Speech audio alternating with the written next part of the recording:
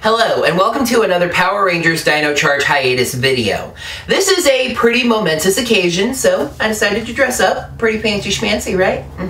This video has been much requested and much anticipated. Over the next 2 weeks, I will be revealing my entire ranked list of Power Rangers seasons.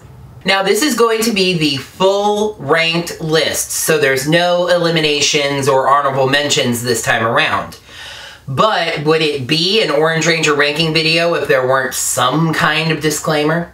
Well, Samurai and Super Samurai and Megaforce and Super Megaforce were so short and were each intended to obviously tell one complete story that I'm only counting them as one season each. However, each of the 3 Mighty Morphin seasons were much longer and contained differences in cast and some of the theming, so each of those is going to be counted as a separate season. So, 19. I guess if you really want to, you can go ahead and consider this the elimination / honorable mentions video for Power Rangers seasons, because this week I'm going to be ranking seasons 19 through 11. Then next week we'll be doing a more traditional top 10 list of my favorite Power Rangers seasons. Number 19, Megaforce and Super Megaforce. It is a continuing disappointment that a season with the potential of Super Megaforce failed so miserably. One thing I did like about these 2 seasons is that they used a rather unique transformation method for each. Cards and keys. But Megaforce was just bland, and Super Megaforce had little to no exposition or explanation. To make it worse, it was an anniversary season that missed honoring some of its past teams. That's why these 2 seasons should occupy the bottom rung of the ladder for a while. Number 18, Operation Overdrive. This is another season that wasted its potential to an almost criminal degree. Overdrive had really fun globe hopping, a nice season-long quest that kept things interesting, and a really cool construction vehicle theme for the Zords.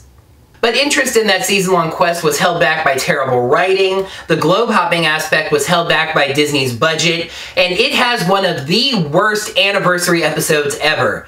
Until Super Megaforce came around, I didn't think anything would ever be worse than Operation Overdrive, and that's why it's still down here at number 18. Number 17, Turbo. Turbo got off to a great start. Literally, a cinematic start with a 2-hour feature film. But it was a downhill drive from there, in some fun car Zords, admittedly. Having a Kid Ranger, Justin, was just a dumb idea. Nothing against him, it's just that the idea was bad. There's an awkward full cast change which leads to an equally awkward shift in tone, the worst villain in the show's history, and a somewhat confusing ending. That's why Turbo only has enough gas for a short drive up to number 17. Number 16, Lost Galaxy. Lost Galaxy is not a bad season. It's got a really great villain, a neat premise in Terra Venture, the first ever Ranger death and revival, and a really cool 6th Ranger? So why is it all the way down here? Lost Galaxy is just a bit boring. It's a really dry season. Also, the Galactabeasts are a little confusing in concept. Lost Galaxy shrivels up to number 16. Number 15, Lightspeed Rescue. But the Aqua base was top 3 in the Power Rangers top 10 bases. That is true. However, ironically, for a base that sits in the water, this season is another dry one.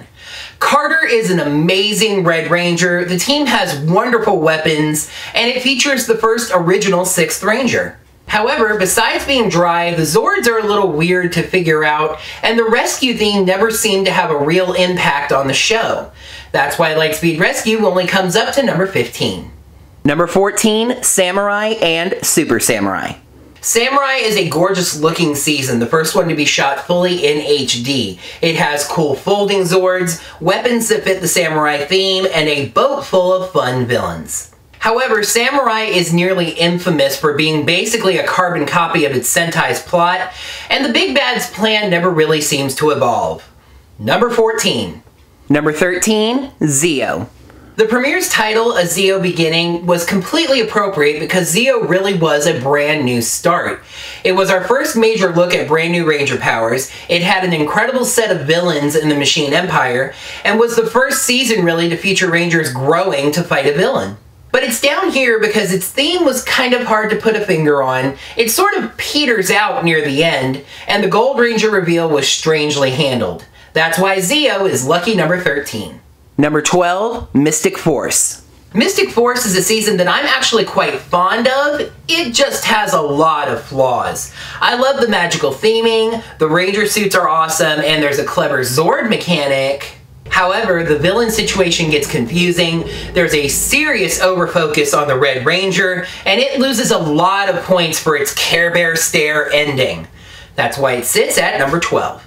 Number 11, MMPR Season 3 and Alien.